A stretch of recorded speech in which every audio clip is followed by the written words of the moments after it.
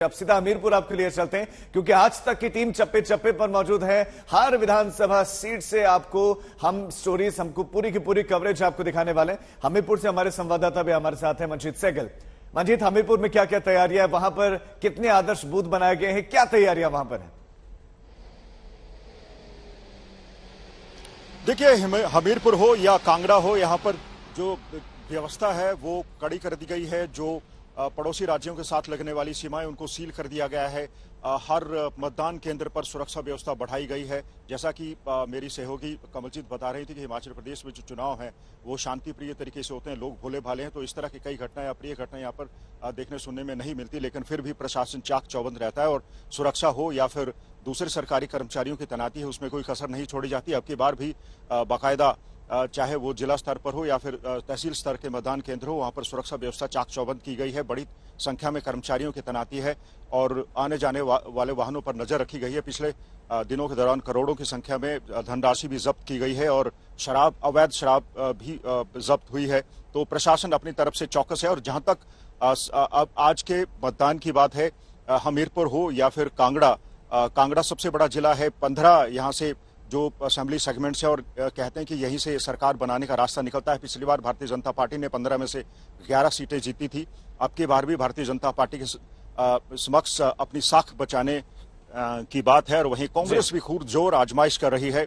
एक रिवाज के मुताबिक जो इनकम्बेंट गवर्नमेंट आपके पास लौट रहा हूं मंजीत। हमारे साथ मौसमी सिंह भी जुड़ गए हैं और कमलजीत संधू भी हमारे पास है। मौसमी, मैं आपके पास लौटने से पहले, कमलजीत तो इस वक्त मंडी में है और मंडी से ही मुख्यमंत्री जयराम ठाकुर आते हैं। मंडी का बड़ा प्रभाव वहां की पॉलिटिक्स पर देखने को मिल रहा है। कमलजीत, सबसे पहले तो तैयारियां ही आप बताएं कि आज के वोट डालने से पहले क्या क्या तैयारियां वहां पर की गई हैं, पोलिंग स्टेशन पर क्या तैयारियां हैं, कैसे मतदान प्रतिशत बढ़े, इसके लिए क्या तैयारियां हैं? देखिए, इस वक्त हम तांडी में हैं, जो कि सीएम का घर आपको पीछे दिखा देते हैं। यहाँ पे सन्नाटा पसरा हुआ है, लेकिन हमने पूछा है कि अंदर पूजा पाठ चल रही है। और आपको बता दें, क्योंकि यहाँ पे कुल देवता और देवतियों को माना जाता है, तो ये जो पूजा है कल रात को भी हुई है। काफी देर रात तक लोगों से मिलना हुआ।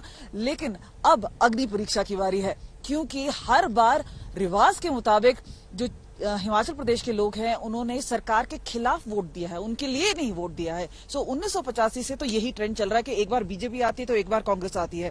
जैसे मंजीत सहगल कह रहे थे कि किस तरह कांगड़ा, लेकिन कुल मिला के देखे जाए तो 3 इंपॉर्टेंट डिस्ट्रिक्ट्स हैं, जो कि डिस्ट्रिक्ट है मंडी का, शिमला का, कांगड़ा का। कांगड़ा में 15 सीटें हैं, जिसमें 2017 में काफी भारी बहुमत से बीजेपी आई थी। वहीं मंडी जो कि इलाका है मुख्यमंत्री का, वहां पे 10 सीटें हैं। तकरीबन 9 सीटें जो हैं वो बीजेपी को आई थी। एक इंडिपेंडेंट था जिसने फिर बाद में बीजेपी शामिल कर दिया, तो 10 के 10 पर परचम भाजपा का लहराया था। उसके बाद शिमला में 8 सीटें हैं। और इस वक्त भी अगर हम बात करें, कांटे की टक्कर है, क्योंकि कई लोग साइलेंट वोटर्स हैं। ओल्ड पेंशन स्कीम एक बहुत बड़ा मुद्दा है, अनएम्प्लॉयमेंट एक बहुत बड़ा मुद्दा है। दूसरी ओर बात करें, एप्पल फार्मर्स काफी नाराज हैं, वो काफी देर तक विरोध प्रदर्शन करते रहे। जीएसटी को लेकर 18% टैक्स लगाया गया है। उसके बाद लुभावने वादे किए गए पार्टियों की तरफ से कि जीएसटी का कुछ हिस्सा स्टेट गवर्नमेंट भरेगी। तो इस तरह से बातें चल रही है। लेकिन क्योंकि कांटे की टक्कर, आपको बता दें, यहाँ पे भी कुछ आसान नहीं होगा। खास तौर पे जो बागी दावेदार हैं उन्होंने काफी मुश्किलें बढ़ा रखी हैं। भाजपा के लिए ज्यादा मुश्किल है, क्योंकि तकरीबन 21 इस तरह के कैंडिडेट्स हैं। कुछ लोगों को मना लिया गया, बड़े बड़े लोगों ने उनको कॉल तक किया। यहां तक बात आ रही है कि एक प्रत्याशी हैं जिनको प्रधानमंत्री नरेंद्र मोदी ने खुद कॉल किया था। दूसरी ओर कांग्रेस का भी नहीं है, उनके इंटरनल पॉलिटिक्स है, साथ में उनके पास भी कम से कम 4 बागी तो हैं ही। तो यहाँ पर प्रतिद्वंदी जो हैं वो कांग्रेस बनाम भाजपा नहीं, पर बनाम बागी भी हैं। तो ये एक फैक्टर है। आम आदमी पार्टी तो काफी पीछे चलता नजर आ रहा है। तैयारी पूरी मुकम्मल है। आपको बता दें कि 25,000 पुलिसकर्मी लगाए गए हैं। बागी और एक तरफ नहीं है, बागी हर पार्टी में है, लेकिन सबसे ज्यादा मुश्किलें बीजेपी के सामने खड़ी हो रही है, आप बता रहे हैं। शिमला का रुख कर लेते हैं, मौसमी हमारे साथ हैं। मौसमी 8 सीटें हैं, इसमें शिमला ग्रामीण की सीट भी आती है। पूर्व सीएम के बेटे यहां से चुनावी मैदान में। शिमला में इस पूरे जिले में क्या क्या तैयारियां हैं? जूले नमस्ते नमस्कार। हिमाचल चावे तो इतरा हो ही जाए। हम हिमाचल आए हैं तो हम भी हिमाचल के ही हो गए हैं। और आप देखिए, यहाँ पे जो वोटर्स है वो कम से कम ये बात जरूर है कि आपको बिल्कुल इम्प्रेस करते हैं, क्योंकि जो वोटर्स हैं वो बहुत जागरूक है।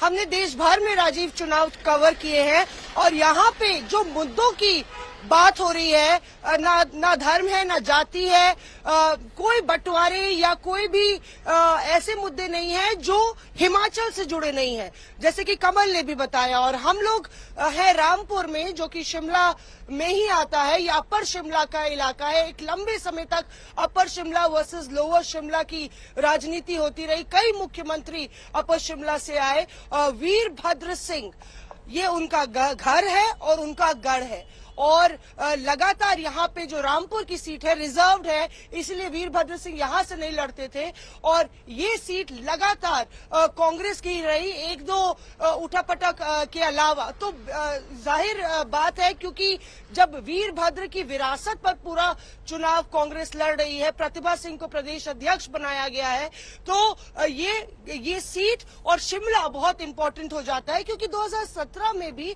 जब कांग्रेस ने सत्ता से बाहर गई थी और बहुत खराब प्रदर्शन रहा था, तो कांगड़ा और मंडी में सबसे ज्यादा भाजपा की सीटें आई थी और यहाँ पे वोट प्रतिशत बनाम बाकी इलाकों के कांग्रेस का फिर भी ठीक ठाक था। तो बहरहाल आप देखिए कि कितना खूबसूरत हिमाचल है और यहाँ पे फेस्टिवल चल रहा है, पर्व चल रहा है। यहाँ पे आप देख रहे हैं कि सीनियर सेकेंडरी स्कूल है जहाँ पे वोटिंग होनी है और यहीं पर प्रतिभा सिंह और विक्रमादित्य वोट भी डालेंगे।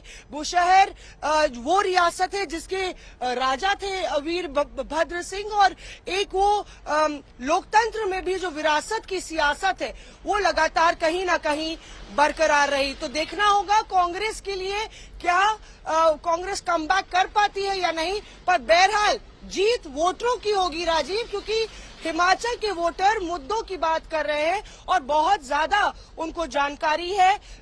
राष्ट्रवाद का भी मसला आ रहा है और स्थानीय मसले भी बहुत हावी हैं। देखना होगा कि कैंडिडेट्स पर वोटर्स जो हर बार की तरह ज्यादा जाते हैं या फिर प्रधानमंत्री नरेंद्र मोदी और प्रियंका गांधी की जो चुनावी कैंपेन रही है उसका असर होगा।